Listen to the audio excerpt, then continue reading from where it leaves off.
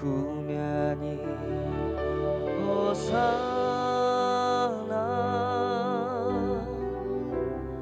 bagi Rajaku yang duduk di tahta.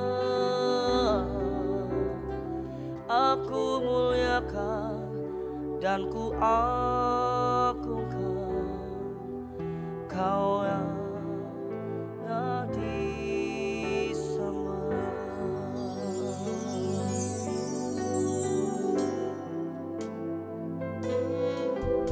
Aku Tuhan, cobalah aku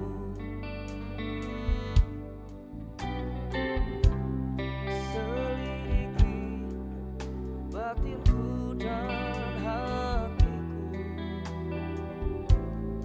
Mataku tertuju padamu.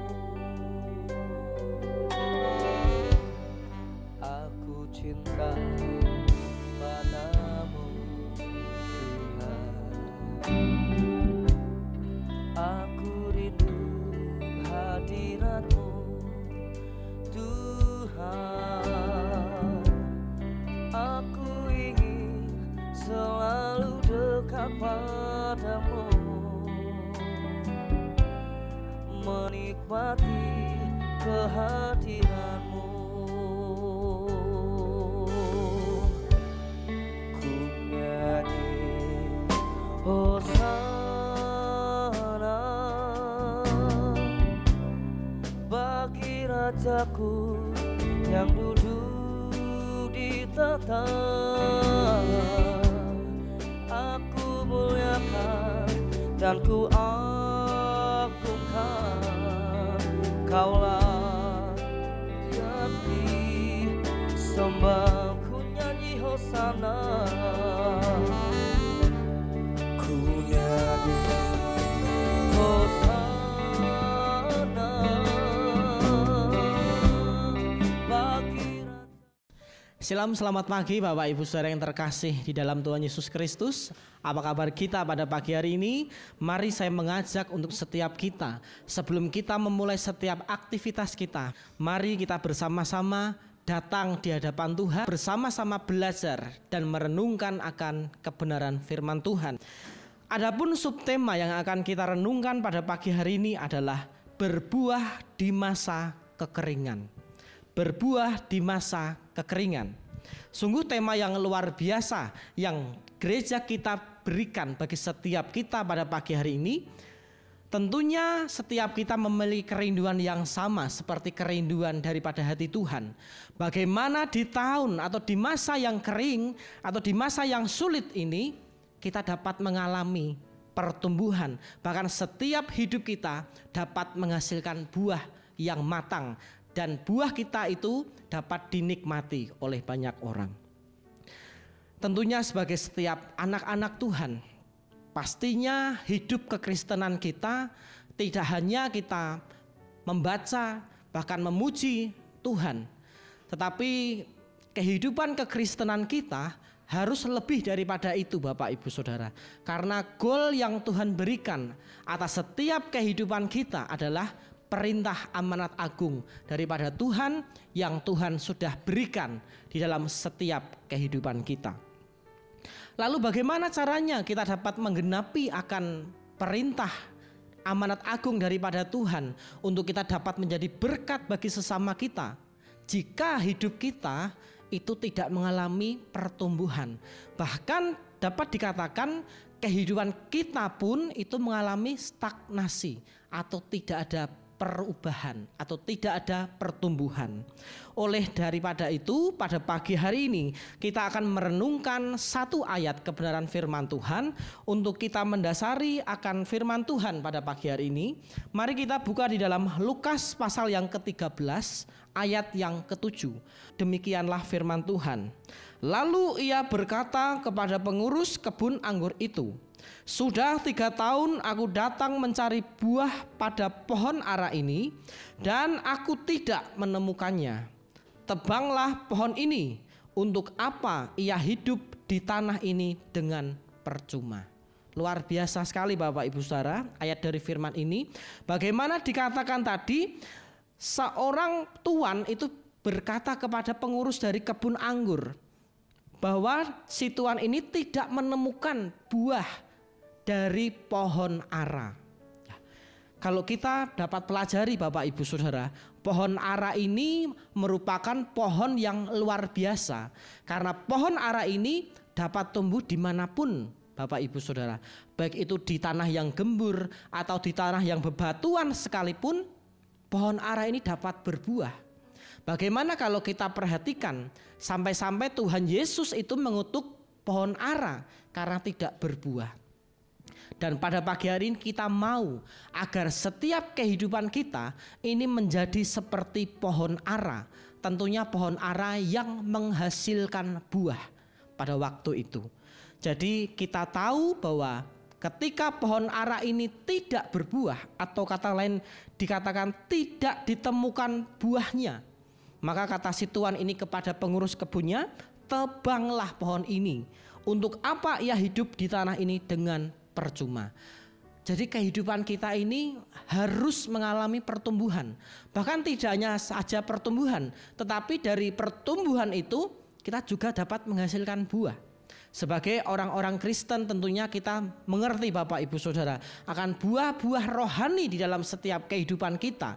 Dan kita rindu buah yang kita hasilkan di dalam setiap kehidupan kita dapat dinikmati, dapat dirasakan oleh orang-orang yang ada di sekitar kita. Bukan hanya dilihat saja Bapak Ibu Saudara, tetapi buah dari kehidupan kekristenan kita itu juga dapat dinikmati oleh banyak orang.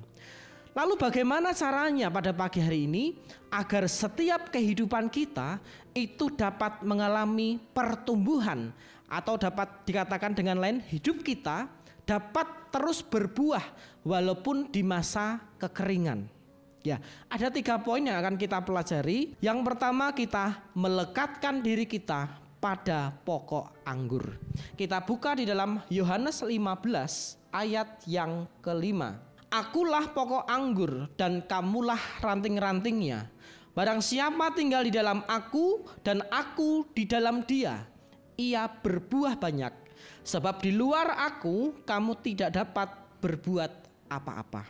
Ya, kalau kita perhatikan Bapak Ibu Saudara di bagian B, barang siapa tinggal di dalam aku dan aku di dalam dia, ia berbuah banyak. Sebab di luar aku kamu tidak dapat berbuat apa-apa. Yang pertama kita harus tinggal dan melekat kepada Tuhan. Ya, karena kita tahu Bapak Ibu Saudara sebagai anak-anak Tuhan, Tuhan merupakan kekuatan utama di dalam setiap kehidupan kita. Bahkan kalau kita lihat di Yohanes 15 ayat yang ke-5 bagian C dikatakan, sebab di luar aku kamu tidak dapat berbuat apa-apa. Benar Bapak Ibu Saudara, ketika kita hidup di luar daripada Tuhan atau kita tidak percaya akan kuasa daripada Tuhan, maka hidup kita tidak akan melihat akan keberhasilan, akan keberuntungan di dalam kehidupan kita. Yang ada hanyalah kegagalan, kebuntuan yang akan menghampiri di dalam setiap kehidupan kita. Lalu poin yang kedua, bagaimana caranya agar hidup kita dapat terus berbuah di masa yang kering. Poin yang kedua adalah dengan cara kita mempunyai akar yang dalam kepada Tuhan. Yeremia 17 ayat 7 dan 8. Diberkatilah orang yang mengandalkan Tuhan, yang menaruh harapannya pada Tuhan, yang akan seperti pohon yang ditanam di tepi air, yang merambatkan akar-akarnya ke tepi batang air, dan yang tidak mengalami datangnya panas terik, yang daunnya tetap hijau, yang tidak khawatir dalam tahun kering, dan yang tidak berhenti menghasilkan buah. Ya, kita dapat melihat di bagian Yeremia 17 ayat yang ke-8, ayat yang terakhir, ketika kita tinggal di dalam Tuhan, maka firman Tuhan katakan yang tidak khawatir dalam tahun kering dan yang tidak berhenti menghasilkan buah. Ini janji Tuhan bagi setiap kita Bapak Ibu Saudara. Ketika kita tinggal dan hidup di dalam Tuhan dengan sungguh-sungguh, maka hidup kita akan terus dapat menghasilkan buah. Dan buah yang kita hasilkan itu dapat dinikmati oleh banyak orang. Lalu poin yang ketiga yang dapat kita pelajari, bagaimana agar hidup kita dapat berbuah di masa yang kering. Yang ketiga adalah dengan cara kita membuang semak duri dari dalam hidup kita. Lukas pasal yang ke-8 ayat ke-14. Yang jatuh dalam semak duri ialah orang yang telah mendengar firman itu, dan dalam pertumbuhan selanjutnya mereka terhimpit oleh kekhawatiran dan kekayaan dan kenikmatan hidup, sehingga mereka tidak menghasilkan buah yang matang. Ya, jangan sampai Lukas 8 ini terjadi dalam setiap kehidupan kita, Bapak Ibu Saudara. Mungkin kita sudah menjadi anak-anak Tuhan. Mungkin setiap hari Minggu kita datang beribadah, kita merenungkan akan kebenaran firman Tuhan. Tetapi dikatakan di ayat 14 bagian yang B, dan dalam pertumbuhan selanjutnya mereka terhimpit oleh kekhawatiran dan kekayaan. Walaupun kita sudah percaya ya di dalam gereja kita, tetapi ketika kita keluar dari gereja, hati kita tetap merasa khawatir. Kita mengalami ketakutan di dalam setiap kehidupan kita. Jadi kalau demikian Bapak Ibu Saudara, kita percaya kepada Tuhan itu hanya setengah-setengah Bapak Ibu Saudara. Karena Tuhan mengatakan ketika kita percaya kepada Tuhan, kita harus 100%. Kita harus dengan sepenuh hati kita mau untuk mempercayai Tuhan di dalam setiap kehidupan kita. Karena memang tidak mudah untuk kita menjadi anak-anak Tuhan. Kita mengalami pertumbuhan iman kepada Tuhan kalau kita tidak mengalami proses yang daripada Tuhan dalam setiap kehidupan kita. Oleh sebab itu, bagaimana caranya agar kita dapat menghilangkan semak duri itu dalam setiap kehidupan dan hati kita? Yaitu adalah dengan cara kita berdoa kepada Tuhan. Berdoa adalah komunikasi kita kepada Tuhan.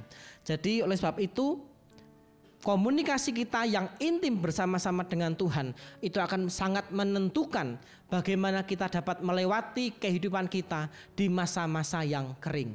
Karena kita tahu tahun 2023 ini adalah tahun yang sulit bagi banyak orang. Tetapi bagi setiap kita anak-anak Tuhan yang percaya kepadanya, tahun 2023 bukanlah tahun yang sulit, tetapi merupakan tahun kesempatan bagi Tuhan untuk memberkati di dalam setiap kehidupan kita. Oleh sebab itu pada pagi hari ini mari kita bersama-sama melakukan ketiga hal ini dengan cara kita melekat kepada Tuhan, kita mengandalkan Tuhan dengan sungguh-sungguh, dan yang ketiga kita mau hidup seturut dengan kehendak Tuhan. Biarlah firman Tuhan pada pagi hari ini akan memberkati setiap kehidupan kita. Mari kita berdoa. Hati kami melimpah dengan ucapan syukur buat kebenaran-Mu pada pagi hari ini ya Tuhan.